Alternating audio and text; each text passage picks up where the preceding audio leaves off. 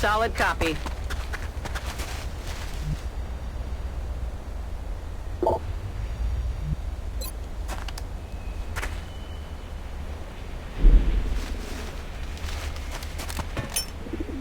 Scanner's up and running.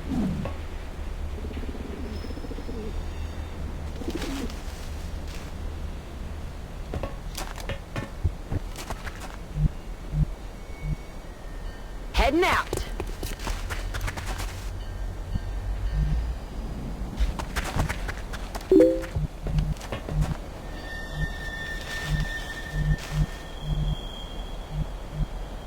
Moving to position.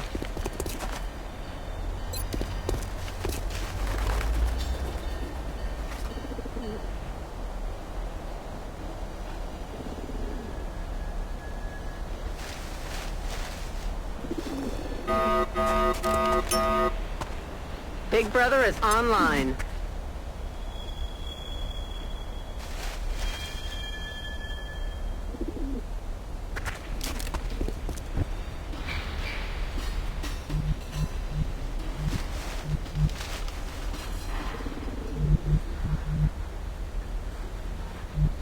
Yes, Commander.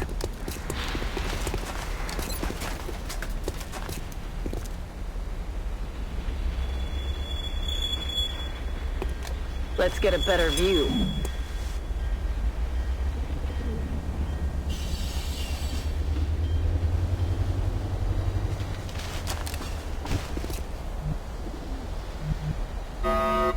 Already there.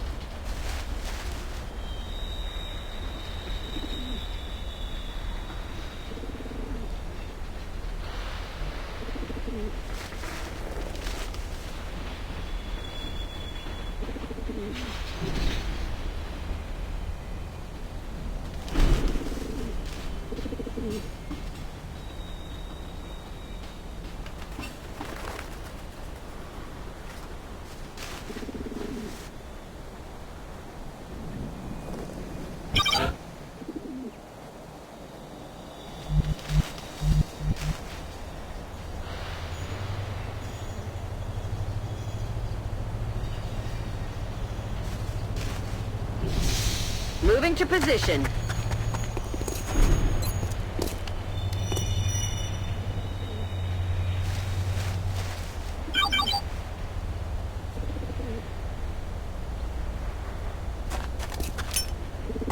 Battle scanner's up.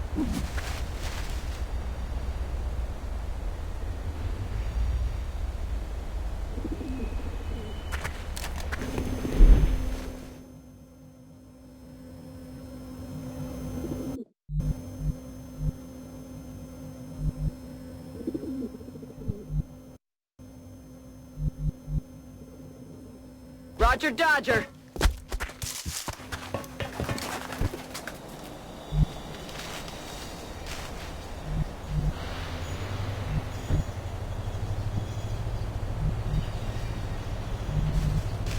Got it.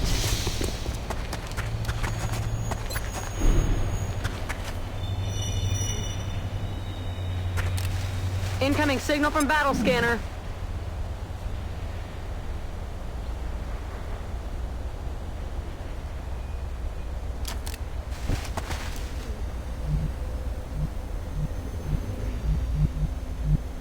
I'm rolling.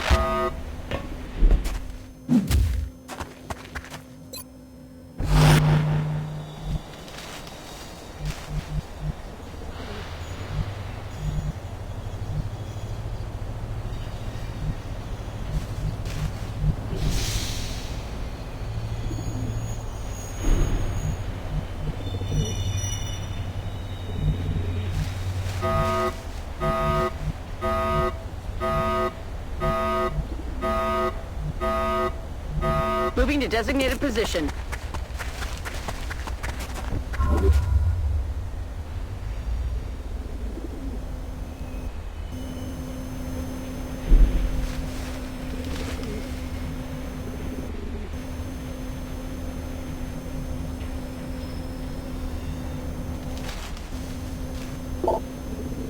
President Pitzer, Mr. Vice President, Governor, Congressman Thomas, Senator Wiley, and Congressman Miller, Mr. Webb, Mr. Bell, scientists, distinguished guests, and ladies and gentlemen. I appreciate your president having made me an honorary visiting professor, and I will assure you that my first lecture will be very brief. I am delighted to be here, and I'm particularly delighted to be here on this occasion. We meet at a college noted for knowledge, in a city noted for progress, in a state noted for strength. And we stand in need of all three, for we meet in an hour of change and challenge, in a decade of hope and fear, in an age of both knowledge and ignorance. The greater our knowledge increases, the greater our ignorance unfolds. Despite the striking fact that most of the scientists that the world has ever known are alive and working today, despite the fact that this nation's own scientific manpower is doubling every 12 years in a rate of growth more than 3 times that of our population as a whole. Despite that, the vast stretches of the unknown and the unanswered and the unfinished still far outstrip our collective comprehension. No man can fully grasp how far and how fast we have come. But condense, if you will, the 50,000 years of man's recorded history in a time span of but a half a century. Stated in these terms, we know very little about the first 40 years, except at the end of them, advanced man had learned to use the skins of animals to cover them. Then about 10 years ago, under this standard, man emerged from his caves to construct other kinds of shelter. Only 5 years ago, man learned to write and use a cart with wheels. Christianity began less than 2 years ago. The printing press came this year, and then less than 2 months ago, during this whole 50-year span of human history, the steam engine provided a new source of power. Newton explored the meaning of gravity. Last month, electric lights and telephones and automobiles and airplanes became available. Only last week did we develop penicillin and television and nuclear power. And now, if America's new spacecraft succeeds in reaching Venus, we will have literally reached the stars before midnight tonight. This is a breathtaking pace, and such a pace cannot help but create new ills as it dispels old new. Ignorance, new problems, new dangers. Surely the opening vistas of space promise high costs and hardships, as well as high reward. So it is not surprising that some would have us stay here where we are a little longer, to rest, to wait. But this city of Houston, this state of Texas, this country of the United States was not built by those who waited and rested and wished to look behind them.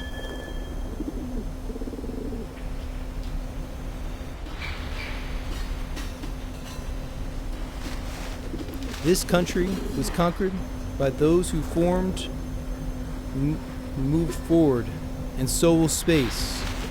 William Bradford, speaking in 1630 of the founding of the Plymouth Bay Colony, said that all great and honorable actions are accompanied with great difficulty, and both must be enterprised and overcome with answerable courage.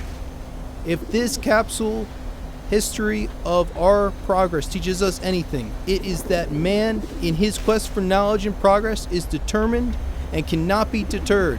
The exploration of space will go ahead, whether we join in it or not, and it is one of the great adventures of all time.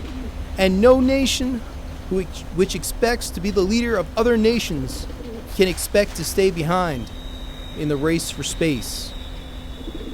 Those who came before us made certain that this country rode the first waves of the industrial revolutions, the first waves of the modern invention, and the first wave of nuclear power. And this generation does not intend to founder in the backwash of a coming age of space. We mean to be a part of it. We mean to lead it. For the eyes of the world now look into space, to the moon, and to the planets beyond. We have vowed that we shall not see it governed by a hostile flag of conquest, but by a banner of freedom and peace. We have vowed that we shall not see space filled with weapons of mass destruction, but with instruments of knowledge and understanding. Yet the vows of this nation can only be fulfilled if we in this nation are the first, and therefore we intend to be the first. In short, our leadership in science and industry, our hopes for peace and security, our obligations to ourselves as well as others, all require us to make this effort to solve these mysteries, to solve them for the good of all men, and to become the world's leading spacefaring nation. We set sail on this new sea because there is new knowledge to be gained, new rights to be won, and they must be won and used for the progress of all people. For space science, like nuclear science and all technology, has no conscience of its own. Whether it will become a force for good or ill depends on man, and only if the United States occupies a position of preeminence can we help decide whether this new ocean will be a sea of peace or new terrifying theater of war. I do not say that we should go or will go unprotected against the hostile misuse of space any more than we go unprotected against the hostile use of land or sea, but I do say that space can be explored and mastered without feeding the fires of war, without repeating the mistakes that made man in extending his writ around this globe of ours. Yet the vows of the nation can only be filled if we in this nation are first, and therefore we intend to be first. In short, our leadership in space and in industry, our hopes for peace and security, our obligations to ourselves as well as others, all require us to make this effort, to solve these mysteries, to solve them for the good of all men, and do become the world's leading space-faring nation. We set sail on this new sea because there is new knowledge to be gained and new rights to be won, and they must be won and used for the progress of all people. For space science, like nuclear science and all technology, has no conscience of its own. Whether it will become a force for good or ill depends on man, and only if the United States occupies a position of preeminence can we help decide whether this new ocean will be a sea of peace or a new terrifying theater of war. I do not say that we should or will go unprotected against the hostile misuse of space any more than we go unprotected against the hostile use of land or sea. But I do say that space can be explored and mastered without feeding the fires of war, without repeating the mistakes that man has made in extending his writ around this globe of ours. There is no strife, no prejudice, no national conflict in outer space as yet. Its hazards are hostile to us all. Its conquest deserves the best of all mankind, and its opportunity for peaceful cooperation may never come again. But why, some say, the moon? Why choose this as our goal? And they may well ask why climb the highest mountain? Why 35 years ago fly the Atlantic? Why does Rice play Texas? We choose to go to the moon. We choose to go to the moon in this decade and do the other things not because they are easy, but because they are hard. Because that goal will serve to organize and measure the best of our energies and skills. Because that challenge is one that we are willing to accept, one we are unwilling to postpone, and one which we intend to win, and others too. It is for these reasons that I regard the decision last year to shift our efforts in space from low to high gear as among the most important decisions that will be made during my incumbency in the office of the presidency. In the last 24 hours, we have seen facilities now being created for the greatest and most complex exploration in man's history. We have felt the ground shake and the air shattered by the testing of a Saturn C1 booster rocket, many times as powerful as the Atlas, which launched John Glenn, generating power equivalent to 10,000 automobiles with their accelerators on the floor. We have seen the site where the F1 rocket engines, each one as powerful as all 8 engines of the Saturn combined, will be clustered together to make the advanced Saturn missile, assembled in a new building to be built in Cape Canaveral, as tall as a 48-story structure, as wide as a city block, and as long as 2 lengths of this field. Within these last 19 months, at least 45 satellites have circled the Earth. Some 40 of them were made in the United States of America, and they were far more sophisticated and supplied far more knowledge to the people of the world than those of the Soviet Union. The Mariner spacecraft is on its way to Venus, the most intricate instrument in the history of space science. The accuracy of that shot is comparable to firing a missile from Cape Canaveral and dropping it in the stadium between the 40-yard lines. Transit satellites are helping our ships at sea to steer a safer course.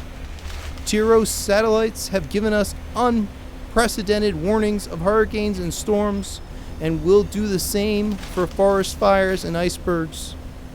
We have had our failures, but so have others, even if they do not admit them, and they may be less public. To be sure, we are behind and will be behind for some time in the manned flight, but we do not intend to stay behind. And in this decade, we shall make up and move ahead. The growth of our science and education will be enriched by new knowledge of our universe and environment, by new techniques of learning and mapping and observation, by new tools and computers for industry, medicine, the home as well as the school. Technical institutions such as Rice will reap the harvest of these gains. And finally, the space effort itself, while still in its infancy, has already created a number of new companies and tens of thousands of new jobs. Space and related industries are generating new demands in investment and skilled personnel, and this city and this state and this region will share greatly in its growth. What was once the furthest outpost on the old frontier of the West will become the furthest outpost on the new frontier of science and space. Houston, your city of Houston with its manned spacecraft center, will become the heart of a large scientific and engineering community. During the next 5 years, National Aeronautics and Space Administration expects to double the number of scientists and engineers in this area, to increase its outlays for salaries and expenses to $60 million a year, to invest some $200 million in plant and laboratory facilities, and to direct our contract for new space efforts over $1 billion from this center in this city. To be sure, all this costs us a good deal of money. This year's space budget is 3 times what it was in January 1961, and it is greater than the space budget of the previous 8 years combined. That budget now stands $5,400 million a year, a staggering sum, although somewhat less than we pay for cigarettes and cigars every year. Space expenditures will soon rise for some more from 40 cents per person per week to more than 50 cents a week for every man, woman, and child in the United States, for we have given this program a high national priority, even though I realize that this is in some measure an act of faith and vision, for we do not know what benefits await us. But if I were to say, my fellow citizens, that we shall send to the moon 240,000 miles away from the control station in Houston, a giant rocket more than 300 feet tall, the length of this football field, made of new metal alloys, some of which have not yet been invented, capable of standing heat and stresses several times more than ever have been experienced, fitted together with a precision better than the finest watch, carrying all the equipment needed for propulsion, guidance, control, communications, food, and survival, on an untried mission to an unknown celestial body, and then return it to safety to Earth, re-entering the atmosphere at speeds of over 25,000 miles per hour, causing heat about half that of the temperature of the sun, almost as hot as it is here today. And do not do all this, and do it right, and do it first before this decade is out. Then we must be bold. I'm the one who is doing all the work, so we just want you to stay cool for a minute. However, I think we're going to do it, and I think we must pay what needs to be paid. I don't think we ought to waste any money, but I think we ought to do the job, and this will be done in the decade of the 60s. It may be done while some of you are still here at school, at this college and university. It will be done during the term of office of some people who sit on this platform, but it will be done, and it will be done before the end of this decade. I am delighted that this university is playing a part in putting a man on the moon as a part of a great national effort of the United States of America. For many years, the great British explorer George Mallory, who was to die on Mount Everest, was asked why did he want to climb it. He said, because it was there. Well, space is there, and we're going to climb it. And the moon and the planets are all there, and new hopes for knowledge and peace are there.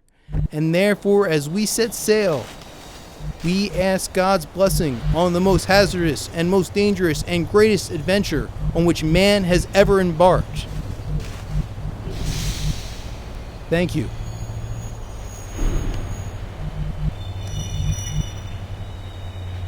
I'm on the move.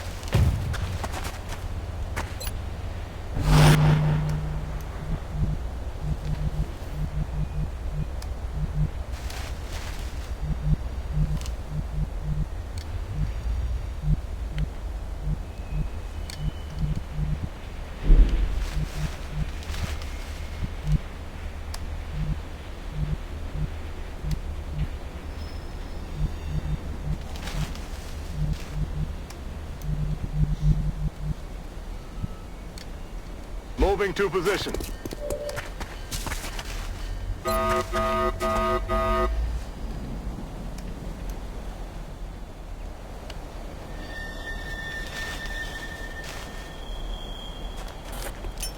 Throwing grenade.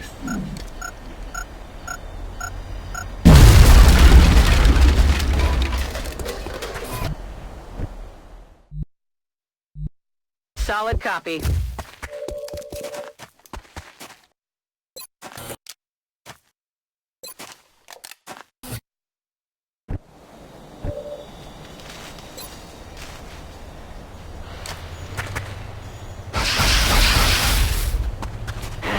Damn it! Aye, aye, Commander.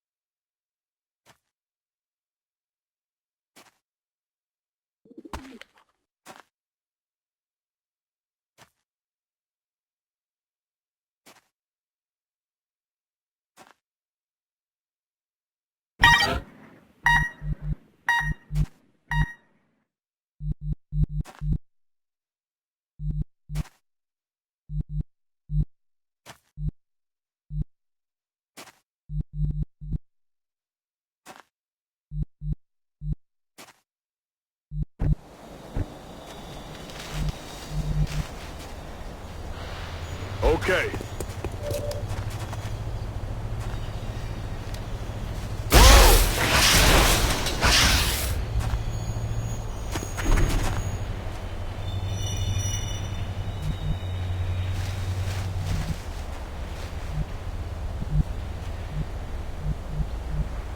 Aye, aye.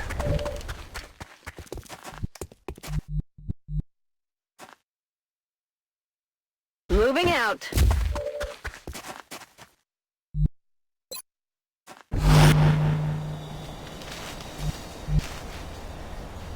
Aye, aye, Commander.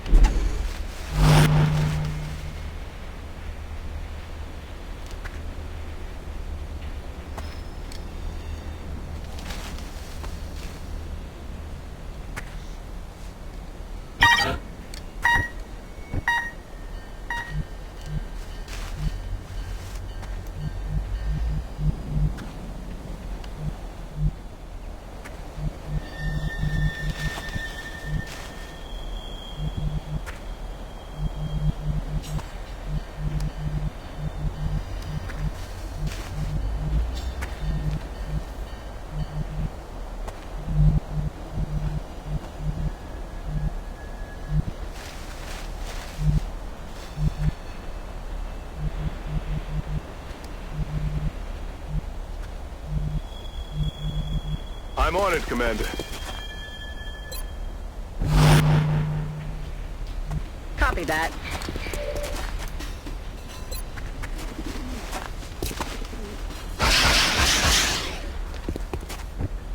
Damn it!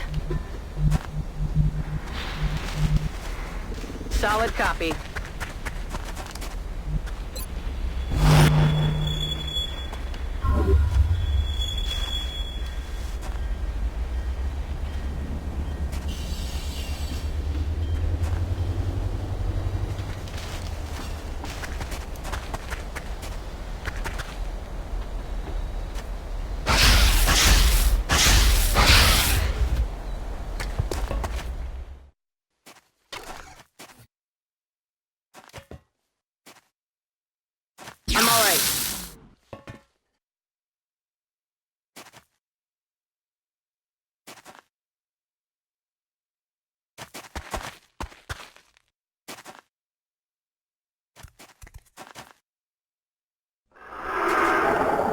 He's in my...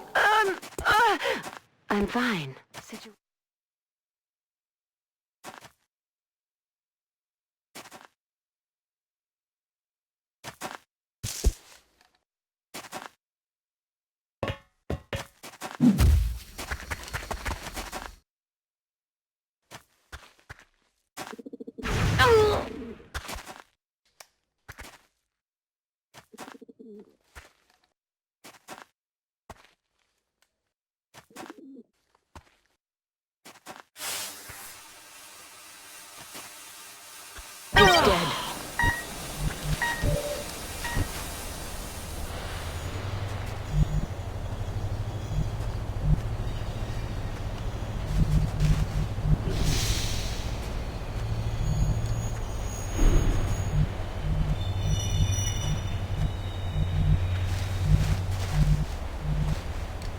Got it covered.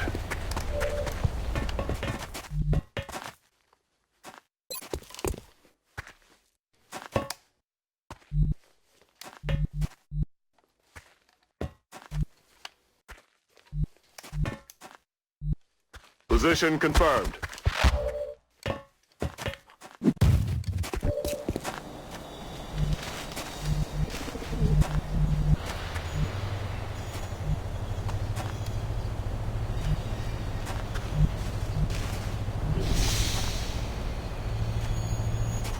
I'm on the move.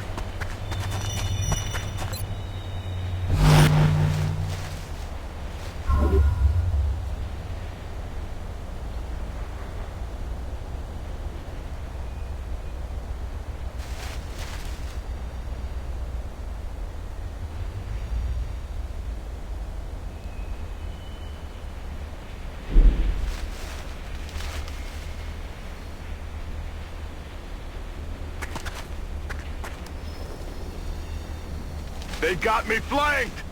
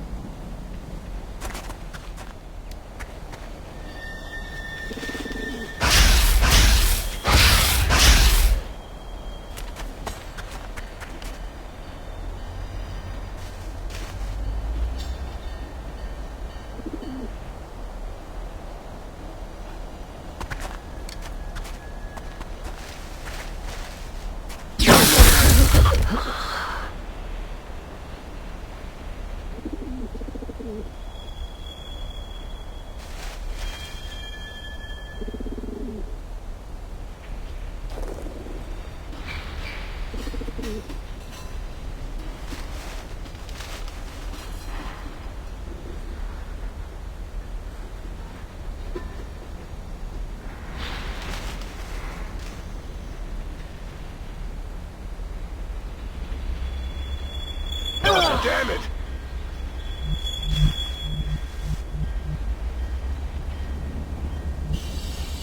Heading to that location.